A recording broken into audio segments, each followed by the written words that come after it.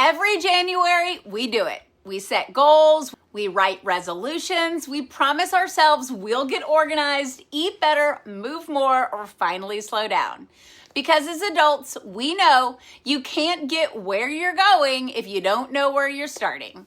And honestly, dyslexia works the same way. When your child struggles with reading, the path forward can feel blurry. You know they need help, but between the holidays, school schedules, and endless options online, it's hard to know what step to take first. So let's make this simple. Here's how to build a dyslexia game plan for 2026.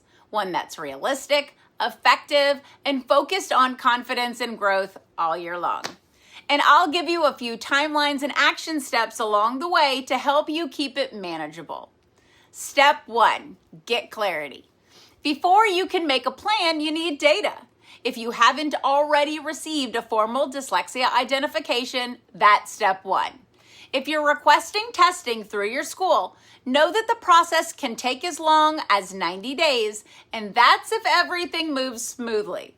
Sometimes schools delay evaluations or push back on requests, so be prepared for that.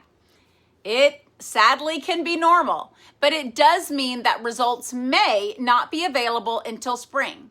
So factor that into your dyslexia game plan.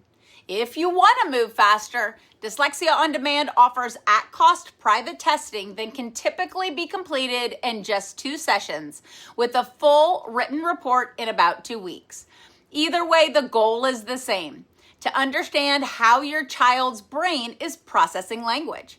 Because once you have that data, you can stop guessing and start planning. Step 2, build your team. Once you have clarity, it's time to decide what kind of support your child needs. For some of you, that answer is already clear. If you know dyslexia is present, skip go and start here. Tutoring can help with short-term academic support, but structured dyslexia therapy is what actually changes how the brain reads. You want someone highly trained, a certified academic language therapist, a CALT, or another professional trained in Orton-Gillingham based programming.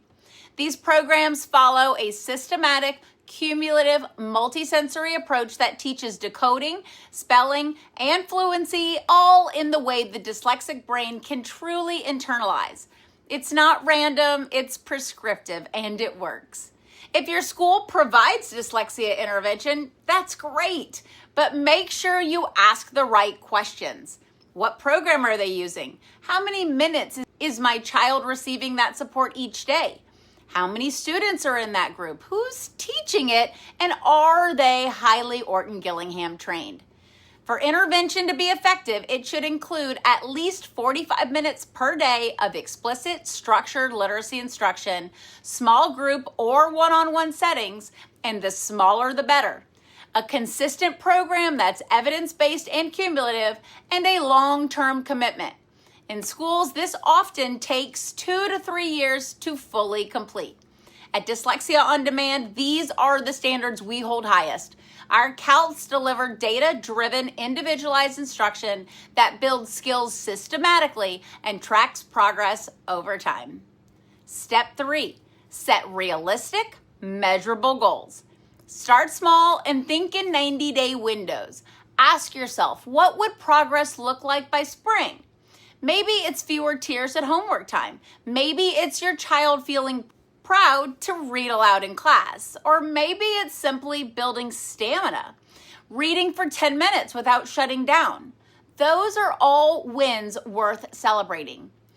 But I need you to remember as a parent, retraining the brain to process language automatically, it's a marathon, not a sprint.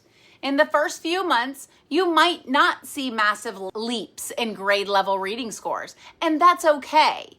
What you will start to see are early signs of rewiring, improved decoding, accuracy, fewer reversals, increased willingness to read, and growing confidence.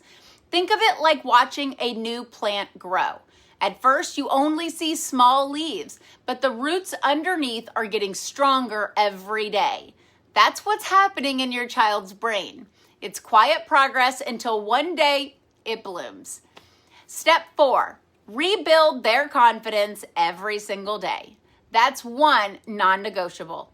Confidence isn't just a byproduct of progress, it's fuel for it. At Dyslexia On Demand, we integrate confidence building directly into therapy. We celebrate small wins. We teach children to recognize their own growth. We model self-advocacy and remind them that mistakes aren't failures, they're feedback.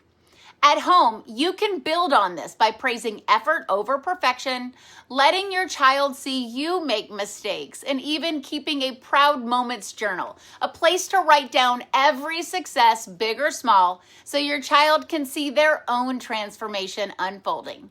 Because when a child believes in themselves again, the academic growth follows faster than you can imagine. Step 5, start early and stay consistent. If you begin the progress in January, whether that's scheduling testing, securing a therapist, or building new routines, your child will already be seeing measurable progress by spring and reading more confidently by summer.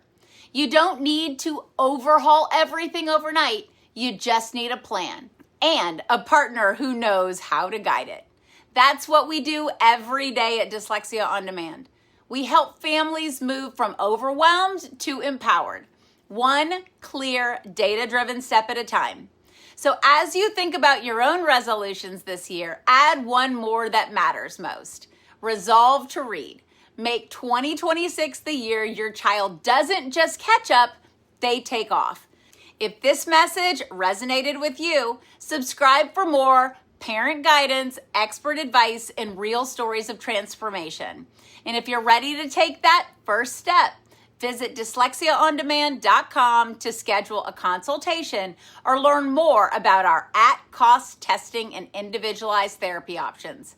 You don't have to navigate dyslexia alone. We're here to help you every step of the way.